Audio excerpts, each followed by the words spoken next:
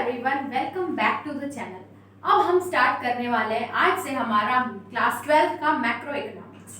आप बिल्कुल हमारे साथ जुड़े रहिए क्योंकि ये क्लासेस बहुत ही ज़्यादा इंटरेस्टिंग और इजी होने वाली है। ठीक है, मैंने आपको लास्ट की वीडियो में इंट्रोडक्शन दिया था कि मैक्रो इकोनॉमिक्स इस क्या है, पूरा ऑल अबाउट क्या है वो, और एक्चुअली इंडियन इकोनॉमी क्या है। आज हम लोग स्टार्ट करते हैं मैक्रो इकोनॉमिक्स से। उसके बाद इसका एक चैप्टर कवर करने के बाद हम फर्स्ट चैप्टर कवर करेंगे इंडियन इकोनॉमी का। ठीक है, तो इसका जो फर्स्ट चैप्टर है वो ऑब्वियसली कोई भी बुक का हम पढ़ते हैं तो वो इंट्रोडक्शन होता है। वो इंट्रोडक्शन बताता है कि ये चैप्टर या ये बुक है, इसमें आप क्या क्या पढ़ोगे।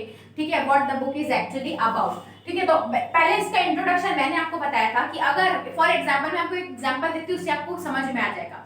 If we are talking about 4% there, वो माइक्रो इकोनॉमिक्स है क्योंकि हम छोटे छोटे इश्यूज डील कर रहे हैं। ठीक है, और if we talk about the whole class of people, तो हम लोग we are actually dealing it with macro economics. ठीक है, ये दोनों के बीच में डिफरेंस होता है। अब आइए इसकी डेफिनेशन देखते हैं और आगे इस चैप्टर में क्या क्या हमें पढ़ना है वो देखते हैं। ठीक है, पहला है is defined as that branch of economics which studies economic activities at the level of an economy as a whole। ठीक है, as a whole मतलब कि अगर हम 3-4 लोगों के इश्यूज को डील कर रहे हैं तो that is not macroeconomics। if we are dealing the issues of a bunch of a people या a class of people, उसको हम लोग बोलते हैं क्या, मैक्रो इकोनॉमी। मतलब मैक्रो इकोनॉमी में जो भी जनरल इश्यूज क्या आते हैं, मनी रिलेटेड या फॉरेन एक्सचेंज रिलेटेड या सप्लाई या डिमांड या प्रोड्यूसर, ये सारे एलिमेंट्स ही मिलकर एक इकोनॉमी को ग्रो करते हैं। तो इनके इशू या एम्प्लॉयमेंट के इशू, इन्फ्लेशन, इंफ्रास्ट्रक्चर, ये सब हम लोग पढ़ते हैं किसमें,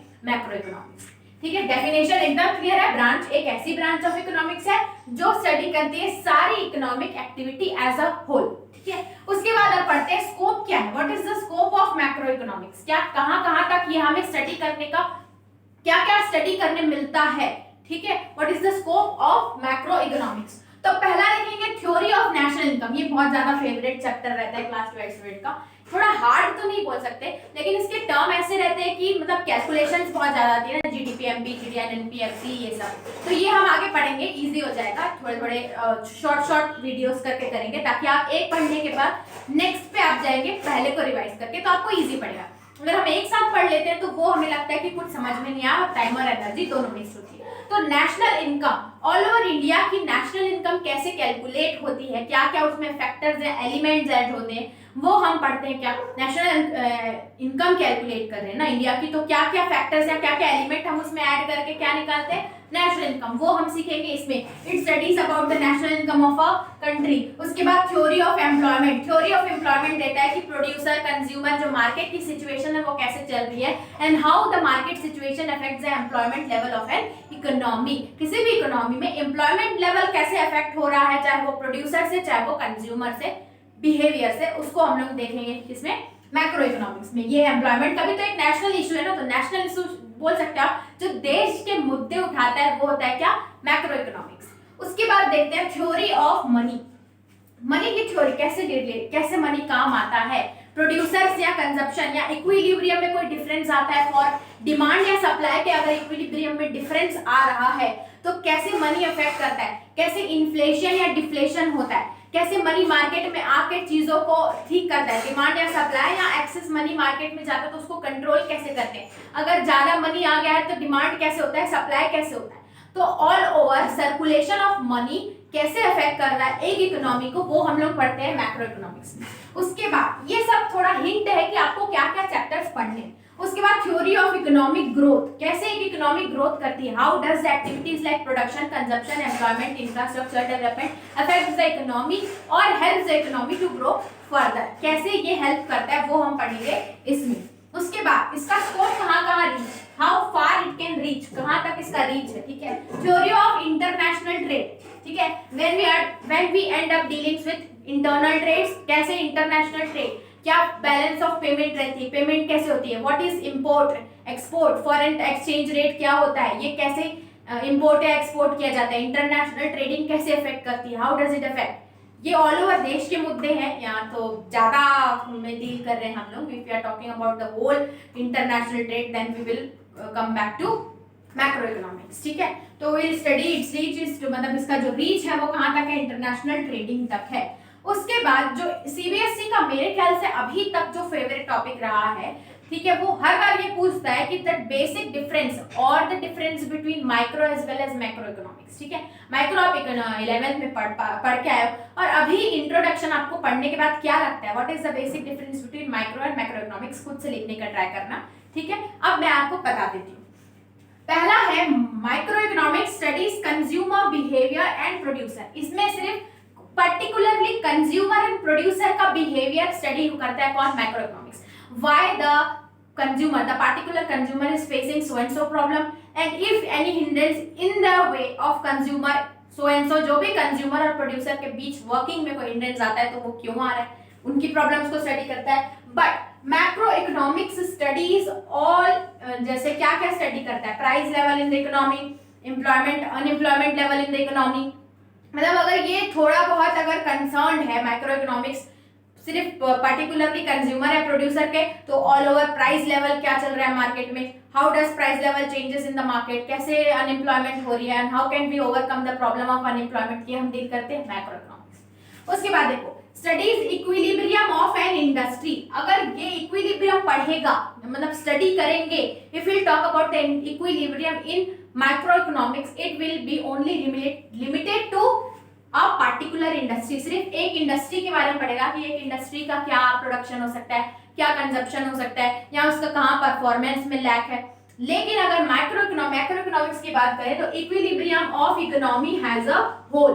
अगर इकोनॉमी कहीं लैक हो रही है, प्राइस लेवल चेंज आ रहा है, मोनेटाइजेशन या मॉनेटरी टर्म्स में कुछ दिक्कत आ रही है, इन्फ्लेशन आ रहा है, तो इकोनॉमी की इक्विलिब्रियम को स्टडी करता है मैक्रो और पर्टिकुलर इंडस्ट्रीज को पढ़ता है माइक्रो। उसके बाद देखते हैं central issue allocation of resources.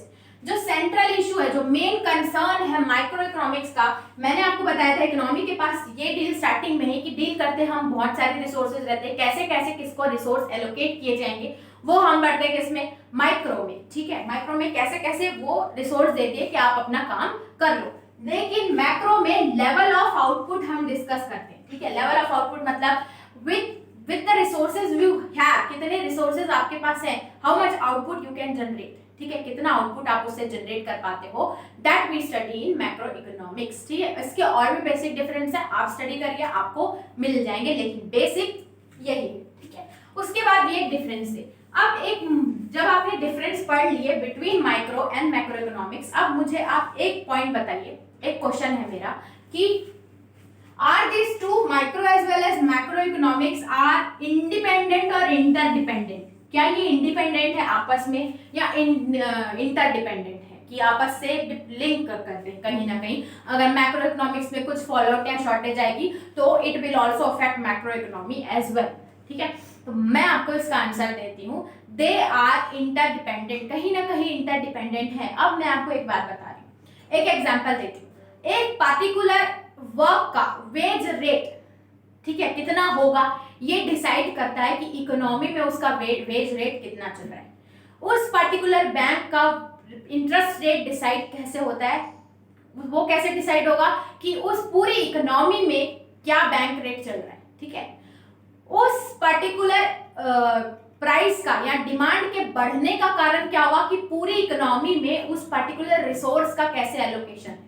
ठीक है, तो कहीं ना कहीं अगर मैक्रो इकोनॉमिक्स है वो अफेक्ट कर रहा है माइक्रो को डिसाइड करने में कि कितना होगा आपका।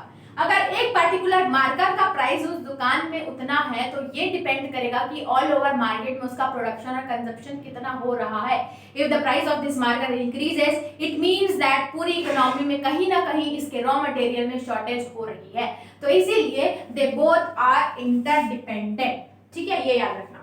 उसके बाद इस चैप्टर का लास्ट टॉपिक हम लोग पढ़ते हैं। जब हम लोग इकोनॉमिक्स पढ़ने आए थे ना, तो इकोनॉमिक्स हमारे एंशिएंट टाइम में बहुत सारे ऐसे स्कॉलर्स हैं इकोनॉमिक्स से जो अपनी अपनी थ्योरी देते थे। जैसे कोई प्रॉब्लम हो जाती है तो हमारे घर के बड़े हमें गाइड करते हैं ना कि ये कैसे आप कर सकते हो, how will you overcome this problem and how will you solve this problem. वैसे ही उस टाइम पे इकोनॉमिक की प्रॉब्लम देखते हुए हमारे दो इकोनॉमिस्ट आए थे जिन्होंने दो अप्रोच दिए थे कि how can we overcome this problem of backward economy, या इस इकोनॉमी को हम कैसे सुधारें and how does economy work, कैसे वो वर्क करती। ठीक है, तो दो अप्रोच थे, एक थे क्लासिकल अप्रोच और दूसरा था केन्सियन अप्रोच। इन्होंने अपनी अपनी थ्योरीज दी कि कैसे एक इकोनॉमी को वर्क करना चाहिए, क्या एम्प्लॉयमेंट लेवल होगा और क्या आउटपुट लेवल होगा, या कैसे वो यूटिलाइज करती है अपने रिसोर्सेज को।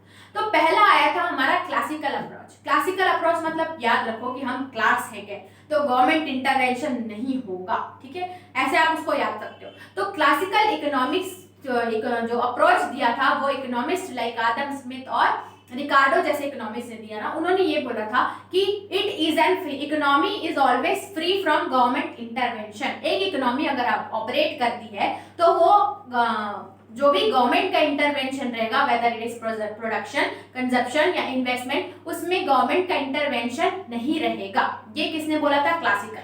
वो पूरी फुल फ्री इकोनॉमी है जो कि बिना गवर्नमेंट इंटरवेंशन के ऑपरेट कर रही है, और उसमें जो भी प्रॉब्लम्स हैं अनएम्प्लॉयमेंट से रिलेटेड फुल मतलब उसका इक्विलिब्रियम भी अच्छा है, वो फुल इक्विलिब्रियम पे ऑपरेट कर रही है। प्लस अगर उसमें अनएम्प्लॉयमेंट है, प्रॉब्लम ऑफ अनएम्प्लॉयमेंट, तो वो सॉल्व ही नहीं कर सकते ना, वो for a short period of time है और वो अपने आप ही जो प्रॉब्लम ऑफ ओवर अनएम्प्लॉयमेंट रहेगी वो यूटिलाइज हो। और economy is operating to its full efficiency. एक इकोनॉमी पूरे रिसोर्सेज को यूटिलाइज करके अच्छे से काम कर रही है। ये किसने दिया था?